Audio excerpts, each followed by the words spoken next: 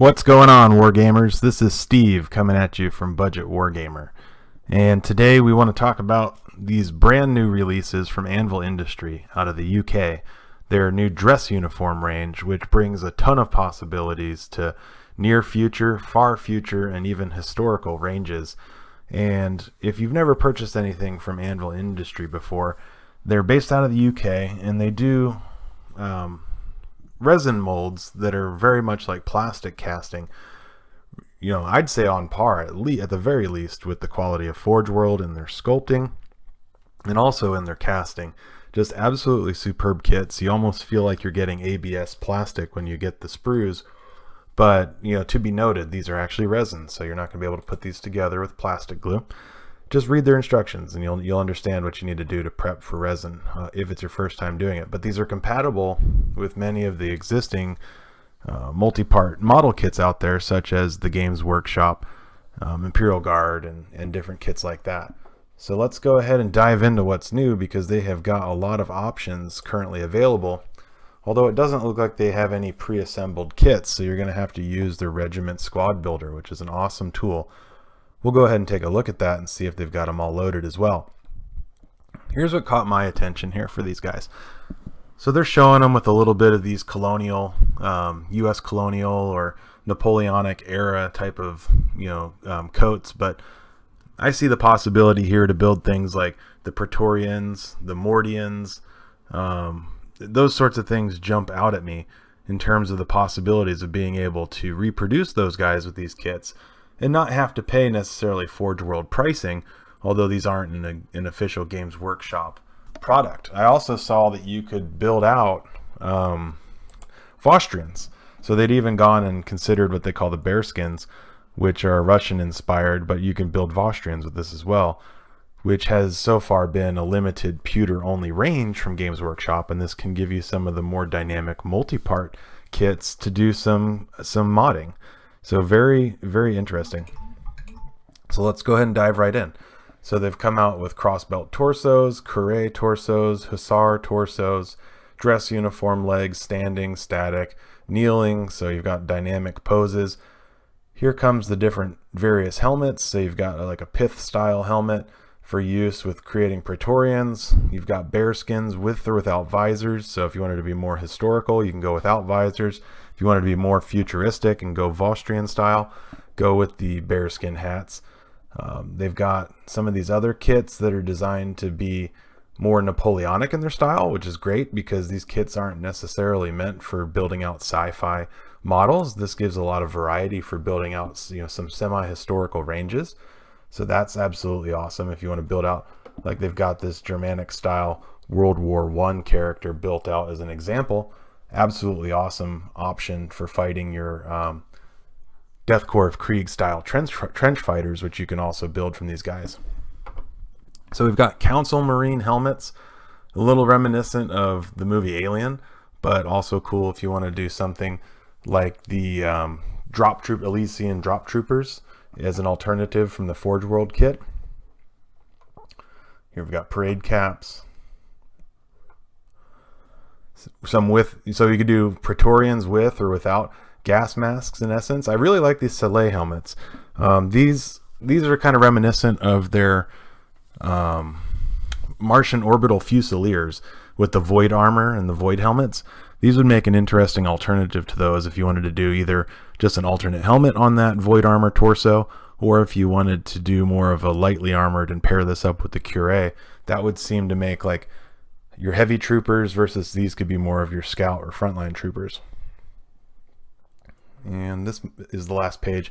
Different types of epaulets and shoulder pads of which you can add on to the troops, like you have here on the left hand side with this Sikh looking fella that has the eagle shoulder pads. You can give these guys more of a carapace armor style in addition to just being in a cloth only type of armor configuration. So these are all compatible with the other regiments kits, which if you've tried these out, they're also compatible with the Catachan Jungle Fighters, and especially compatible with the Cadian kits. So one thing that I've done is I've purchased the torsos and the heads from these guys, and then just use those in place of the Cadian torsos and heads, and then use the Cadian legs and the Cadian arms and such.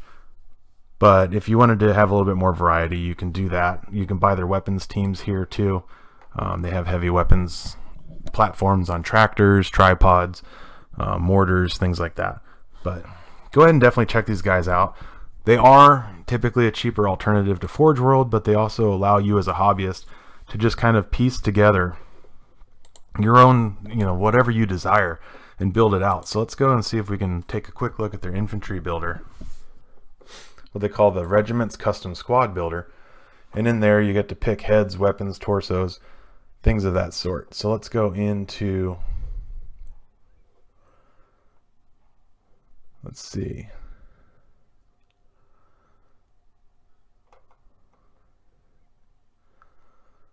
There we go. Well, Special Forces, I think I just want to do an infantry squad. Special Forces has a little bit more special weapons options and things like that. So you'll notice that you'll get more options for alternate arms. So we'll go in here and you select your head style, and you can come through from the variety of different heads from the new, and there's Gothic Void helmets, which are just incredible.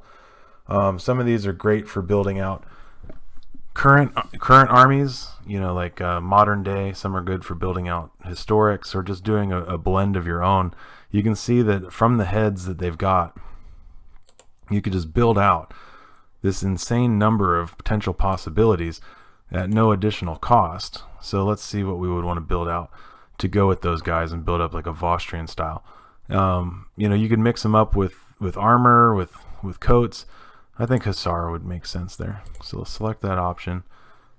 Let's go for legs. We'll see if we can do them in long coats if we wanted to. Yeah, let's do that just for the sake. I mean, we're not buying them. We're just kind of putting them together to see how they build out. All right. What kind of arms would we go with?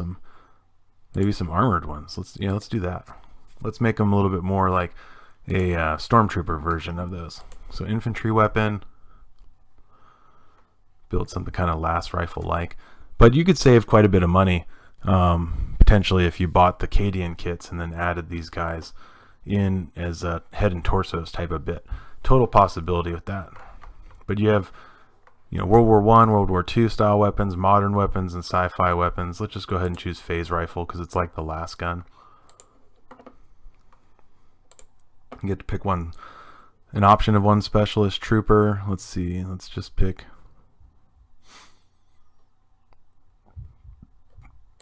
heavy phase lance, which is like a last cannon. We'll do another one of those. Oh, so you can actually pick up to 3 of them. Then more options of what you can combine there. So let's say we didn't select these guys, because I wouldn't necessarily select 3 special weapons. And then you can add to cart. Oh, bases. There we go. So they give you the option to get bases. I don't think they charge you for them. But, so we added. So let's go ahead and take a look at what that costs on the breakdown. $37 for 10 figures. So that's in par with Games Workshop. You don't even necessarily then have to even combine these with existing kits. But if you've already got all the existing plastic kits and you want to put these resin pieces in there, you could save quite a bit of money by just buying heads and torsos, as I said before. Comment below what you thought. Have you ordered from Anvil Industry, or is this your first time hearing about these guys? I've ordered from them before, had some fantastic luck with many of their miniatures that I've got proudly displayed in my case, and I've still got a few of their Grenadiers from their Afterlife range that I've put together and still haven't had a chance to paint, and a few of the other models that I still haven't put together either. But with just a little bit of super glue and a little bit of cleanup of the resin, these guys fit beautifully. They're to me, it's better than plastic, and it's almost better than Forge World, or in some cases I've had better luck with these than Forge World, because there just seems to be so much attention to detail in their casting. But comment below what your guys' thoughts are, and check out some more videos. Go ahead and subscribe to Budget Wargamer and click the bell for notifications so you can get updates on more videos like these.